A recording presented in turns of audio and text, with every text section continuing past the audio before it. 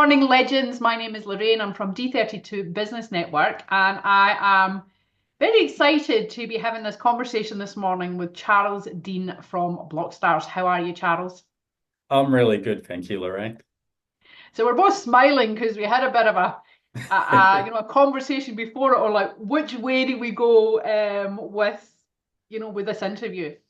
And it's all about leveraging AI, right? It's Yeah. about leverage AI. So before we get into that and we tell people how they can leverage AI and why they need to be starting to look at it now and why it's so important, Charles, how did you end up in AI?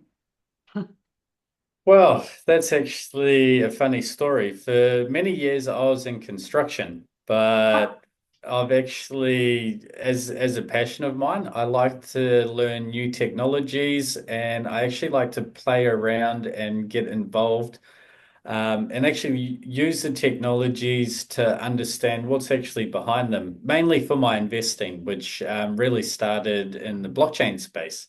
But Ah, as time goes on, AI's been out for ages. It wasn't really a hot topic until ChatGPT came out. But within that, I managed to come across AI early as I was doing some of my studies when OpenAI actually had the OpenAI playground. And that was maybe 6 months just before ChatGPT come out. And I'm not a really good big writer personally. So yeah, the OpenAI playground was really good for me in my exams and also my learnings. And then ChatGPT come out, and now the whole world got to see and feel and embrace what that AI was possible for. And since then, it's just growing. just gone nuts. The actual underlying technologies are getting better and better. Like OpenAI just bought out a memory allocation in there. So now they're looking at ChatGPT being able to remember your whole life's conversations with it and then bring that back Wow. into future questions you're going to be asking. And I see there been a lot of trade-offs on technology. Like we're still in this experimental stage of, I don't know, have you used the new deep research feature on ChatGPT, I Lorraine? have. How how amazing is that? Like you can actually like it actually really breaks down the way that the AI is working for you, and you get so much better results with it too. So that's what where I came from, where I started, and really I'm a nerd that just Yeah. likes to likes to use new technology. Limited coding experience. I'm not a developer, but I like to get in and play around with codes, smart contracts, LLM models, and yeah, that's sort of what I do as a hobby and now for work as well with Blockstars every day. Well, beautiful. I guess I'm also a nerd, and a bit of a geek, bit of a tech person. Um, But I'm just loving it. Like I hear some of these things and my mind just explodes with the possibilities and the potentials. But it's about taking that and realizing the possibilities and then implementing it and actually getting started. And, you know, for anybody, business owners listening, I'd like you to listen differently today. And because sometimes you can hear an idea or concept and you can think, well, that's not for me. Well, it is for you. It's for any. So this is video and this interview is for you. This is for our listeners on the podcast. So, Charles, we were talking about just before on just some of the basics around why is it so important that we embrace this technology now? And you Yeah, started off with an app. What were you saying yeah, about yeah. over to you? So with ChatGPT and AI, I like to call it all acquired intelligence because when you think about it, it's not really artificial. Like it hasn't created it itself. It's not artificially created. It's actually acquired intelligence. And with that, it's acquired all the information that we've got on the internet, put it into one big brain, and it's got a lot better skills with memory and retrieving that information and articulating it for us in a way that we want. So I think with that is, you've literally got Einstein in your pocket, whether it's on your phone or within your computer. There's a lot of integrations you can do into your existing software as a business. Uh, for instance, Slack or Teams. There's a lot of predefined AI applications you can get in there. I know a lot of people are using the note takers now. So I know a popular one is Otter AI, where that's actually recording your business meetings, and then at the end you get a full transcripts of your meeting, and then you also have key action items that are in there that you can revise straight after. Now, one that we've been seeing and we've been implementing it in a couple of business recently is taking that Otter AI or those main key points from maybe a business questionnaire and automatically creating a draft proposal for businesses. So that's amazing. Rather than spending time having a BA or the owner having to sit there and create all these proposals and people have templates, you're able to get that automatically generated for you Mhm. within 10 minutes after leaving the meeting. And then you're able to have a look over, make sure everything's correct from what you've trained your proposal AI to do, and send that out to a customer at speed. I think a few customers out there are surprised how quick those proposals can come through. Yeah. And that's just, I think that's what I mean. I've just got my pencil. We didn't even talk about that one before. And I'm like, yep. And how can I use that to survey members and create better value propositions? And it's at that ground level. But what you were also saying was, if with today's tech, right, and the ability, the software development side of things, what you just given is there was a basic thing that business owners are using every day. Yep. But what if we wanted to create our own Uber app? You Well, know? with that, it's easier than ever. It still comes with its learnings, but there's a lot of products out there now where, say 5 years ago, if you wanted to create Uber or you wanted to create some website with actual back-end functionality, if this happens, do this, then do this. We're seeing a lot of, because code is code, so the LLMs are trained on it, and the way they tailor it into packages is becoming a lot easier, where you're able to talk and develop these applications. So you talk to it in an English way, and it can create all those files, codes, syntax, and everything like that for you. So what I'm seeing is, for anyone wanting to start a startup or a side project, you can actually jump in for $20 a month, get started, and bring your idea to life and create a whole software business around that, whether that's an Uber or a Facebook or something else that hasn't been made before. And the great thing with that is $20 a month roughly is normally their costs. Where 5 years ago, you had to hire a development team, you had to hire devs, or you had to go offshore, and then that comes into its own issues with language barriers and exactly what you're wanting. And then you also have scope creep coming into a lot of those as Mhm. well, if it's not fully planned out. So yeah, we're seeing software development and AI progressing quickly. Um, it's still not 100%, but it is 80 to 70%. And if you know a little bit about technology and how it works, you Yeah. you can create that within a week. So you'd be able to recreate your own Uber within a week's worth of time.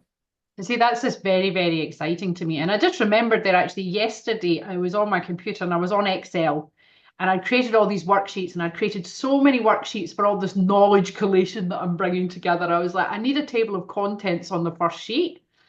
And I Yeah. used to be a coder, but I completely forget like all the Visual Basics. So I went on to ChatGPT and I'm like, give me the code to open Visual Basic to create my table of contents. It wrote the code, I copied and pasted it out the spreadsheet, and voila. There I've got Yeah. writing your own macros Yeah. in there, but it was just so fast. And yeah, I'm really excited about it. And we're going to talk about the other side of it as well, because what you were saying earlier is although so we can go and create our own Uber, which is very exciting. You can create your own mobile app, you can talk to it, you can start now and refine and refine and refine. You can get it built. Yep. and refine it over time.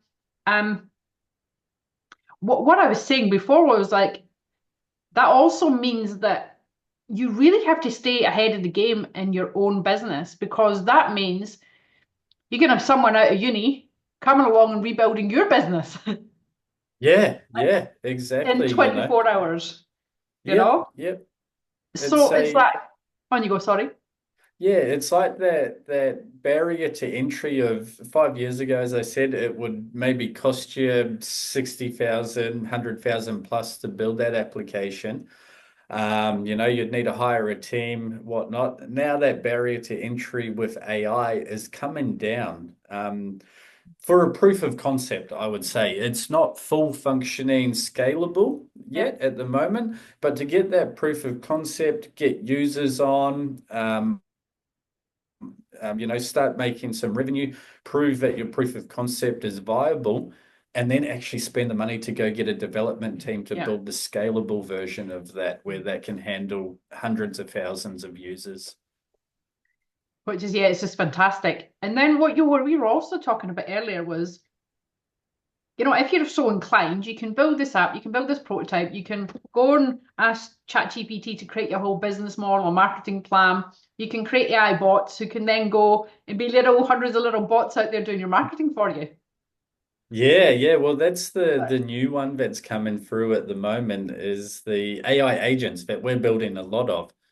Where at the moment the AI is not smart enough to be an all-in-one. Mm, You can't have one AI agent doing everything. So what we're doing is we're actually trading off and breaking that down into job roles, for instance. I yeah. know there's a Sydney company working on it as well, and as an overall. And we're implementing on a client-based solution. But what you do is, roles. You want a product manager, you want a senior dev, you want a tester, you want someone for marketing, and they're all in the same category of information, and they work and check through for a development for example is you get the AI agent to do a feature within the platform or whatever business use case you want to do. And then you have someone coming through another AI agent actually testing it on the behalf and sending it back if it's not right, or passing it through to the project Uh, manager if it oh my is God. correct. So we're only getting started on the AI agents. They've only been taken off maybe last 6 months to a year, but I think that's where we're moving to. And as the AI gets smarter, that's where you'll be able to have one AI agent that can do multiple things. But we're still a little bit away from that at the moment. But it's very exciting. And again, the Yeah. message is we have to get started. Yep. Yep. The time and the cost saving, we're just seeing it at the minute just around basic automation, marketing, productivity tools, how we can be saving time, getting better organized, create little Yeah. productivity bots. It's Yeah. And I'm seeing a lot of people in my industry, for instance, which there's not a lot, it's sort of still a niche market and getting started, is they're actually writing up a CV for a world-class person in that role, and then using that AI generated CV to create that actual bot wow. that does the job. So you're actually getting a world-class job role for, it's costing cents on the dollar. My mind is just blown. Just the potentials. That's just a complete game changer for business.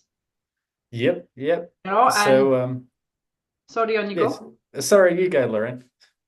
No, I was just going to say, it's a game changer for business, and what has taken us, 10 years to build, and to get to where you are, you better be on your toes because somebody out of school is going to be on your heels creating something bigger and better through AI. Yeah, Uh, and it's great for startups, small to medium businesses that I'm seeing. They're the people that can really explore AI at the moment and get ahead because enterprise, top end of town, they can't just iterate and implement AI systems and experiment because, they've got so much underneath them and so much of the corporate structure that it's taking them a lot longer to brainstorm and implement and iterate on different AI. But Yeah. for startups, small to medium businesses, it's their time to shine and implement these technologies to lower their costs and also speed stuff up within their team as well. And even for onboarded training, we've been implementing a few where, a certain business had that much documentations for their system and procedures, but even people that had worked there for years didn't exactly know what those processes. They had to go back and look through documentation sometime. Where I like to say is think of your own private AI or your AI agent as a bucket. You load up a bunch of information into that bucket, and then you can let your team access that in a easy to explain way. Like, oh, what do I have to do before a new discovery meeting? All right, here's the process of what you've got to prepare beforehand. Here's what you've got to ask during, and this is what you've got to do afterwards to pass it on to the next team. So someone who comes in, maybe day three into your business can access all that information whenever they want. Again, my mind's just blown. I'm going to have to take a week off just so as I can implement some of the ideas. Because I'm just thinking, we've just created all this operations manual and franchise systems stuff, and I could be using AI to leverage that to write the training courses and creating better systems and taking all that information we've got. And yeah, my mind is blown.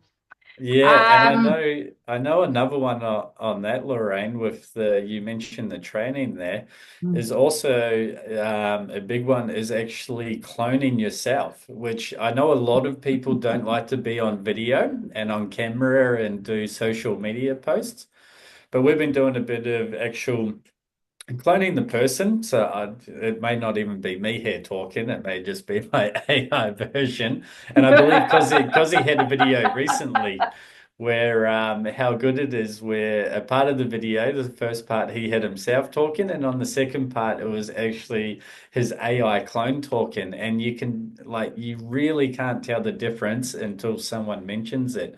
So it's great for wow. business owners that, you Mm. want to keep content going, you want to have that social media presence, whether it be LinkedIn or Facebook or whatever that may be. And you can literally create a script on that and have an AI clone become generated with that scene talking like we are now, and then release that for your social media. So, yeah. Wow. And now I'm just thinking though, like, how hard is that's when the so I'm excited about that, right? I'm techie, I don't mind being cloned, but I'm like, what's to stop other people cloning you? Well, the thing is that it takes a bit of time on the training Right. of those AIs. Yeah, okay. So, so that's where you need that personal touch. Well, as I say, that's for now. Yeah. Maybe in the future, anyone, they can clip this YouTube channel and clone us. But there is safeguards coming out as well Yeah. on that. But yeah, it is coming into, deep fakes becoming increasingly more advanced. Where I know there was a case in Hong Kong where someone was able to jump on a Zoom call like us and impersonate a CFO to transfer $20 million. The poor worker was on a call like us, thinking he's talking to his CFO, and yeah, he Wow. actually wasn't and found out otherwise. But for anyone out there that's a little bit worried about that, there is still a trick, is you just ask the person to put their finger on their nose, and if there's a blur on the face Uh, masking, it will break. So that's my little tip oh, very to good. Thank avoid you. deep fakes. We'll blast that everywhere. So I'm real. And I guess it's just as fast as these technologies are developing, people are working just as fast to make sure that the security protocols and that we're being looked after. It's the same as the internet. Is when the internet came, you had loads of people hacking it, and we had to get really, really good at the security. Well, it'll be the same with the AI. People are looking at, they're working just as fast and just as hard to make sure that everything is legit, and Yeah. that fraud is not you can't just go on and impersonate somebody and take 20 million. Yeah, But it's yeah. And I guess that comes into, before when email first come out, well, after it first came out, there was no spam inbox, there was no flags. You just got hammered with every yeah. single email in there. And my developers were just going crazy on all free marketing and affiliate and referrals. Where Yeah. over time, the email providers built in safeguards, and now you hardly ever see any of those spam emails in there. And sometimes you don't even see the ones you actually want. So you've got to Yeah. go into that That's folder right. and You look got to for check it. it. So what are you guys finding a huge rise in take up of like people just coming to you and saying, what can I do with AI? How can I leverage it? Or they come with a specific, are you finding a huge surge? Or are people slow adopting? Yes, yes. We're actually finding a lot in businesses that want to keep their data private because there is the Right. scare of not having private data and what can be done with that, which is something you've got to be very careful of. Like, Mm. there's a lot of platforms out there off the shelf, white labels where, different use cases. But you've got to read those terms and conditions and privacy policies to Mm. see what they're doing with your data. And that's what we're finding of the more larger medium businesses, depending on what industry they're in and what client information they're handling, is that privacy is becoming increasingly important for them to be able to use AI and keep that data private so it's never leaked. Um, but I think, yeah, we have a range of different clients where some people just want AI. They don't really know what they want AI for. And then that's where we sit down, work with them, work out what their business is. Then there's the automation plus AI, which we call the AI agents. So that's where we sit down with a business and see how their processes and procedures are working at the moment. And then that's where one of our BAs will come through and be like, okay, we can do this here and do this here and do this here. And depending on the client, we can get that to work. Where AI, there's always been automations. AI just allows you to adapt it in different ways. It's sort of like rather than having a straight automation, you've got a very smart human in between that can Mm. articulate data and information in ways that you want it. Yeah. And yeah, that's what we're seeing a lot of. I think it's still a mix between education, what's possible, and how we can implement that within their business for a return on investment of the costs of that AI. You were also telling me a story that I'd probably like to just finish on, because I think it'd be interesting to business owners.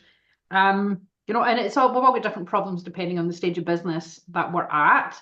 But you were telling me about a previous customer that you'd worked with who had used AI callers, AI bots calling to Yes, get their yes. product into 30% of the market. Can you just share a bit with that with us? Because it's also exciting. Yeah, so there's actually a local business based in Brisbane, and they're a startup. I think they've got 3 or 4 people working with them. Their name's called T Industries. They've got an article in the AFR as well, if you want to look into that a little bit more. But what they done is they got sugar-free tea, right? And the lady's working out, oh, do I have to hire a sales team? Then I have to get 4 people in a sales team. They have to be cold calling. What she done was she actually used AI callers to do all her outreach. So she had to hire no sales team. She used an AI caller. She got all the phone numbers for the public schools. I believe there was about 8,000 of them. It's all public data on the internet, but you can get those numbers from. And then what she done is she had her AI caller call over 8,000 schools asking if they would like a free product placement of her sugar-free tea. She had a success of 30% of schools said yes to the free product placement as a trial. Then Wow. obviously she would have got her offer was really good. Like, hey, here's a free product. Would you Yeah. like it? The school's like, Yeah. sure. And then, yeah, she obviously would have got reoccurring purchases from that based on the quality of her product, which is really good. And then now she's also in quite a lot of major retails, like she's in Ampol and a few other major retails. And now she's looking at tackling America and raising funds for her business for her American venture of tea industries. So Wow. that was a big success at a low cost. The potentials, the potentials, the potentials. So, Yeah. so I guess Charles asked you at the beginning of this, what angle were we going to go with this? And at the end of the day, the point you were making was just business owners, we have to embrace it. If we Yeah. don't embrace it, we'll be left behind. Yeah, yeah. And you've got to support it too. And I think it's also important as a business leader, and what we're finding with a couple that we're working with is making sure that the staff are not worried about losing their Yeah. jobs. Yeah. Like we implemented an AI caller to handle customer inquiries. In a certain business, they had 16 staff there taking calls every day. It's about 800 to 1,200 calls a day that were getting handled.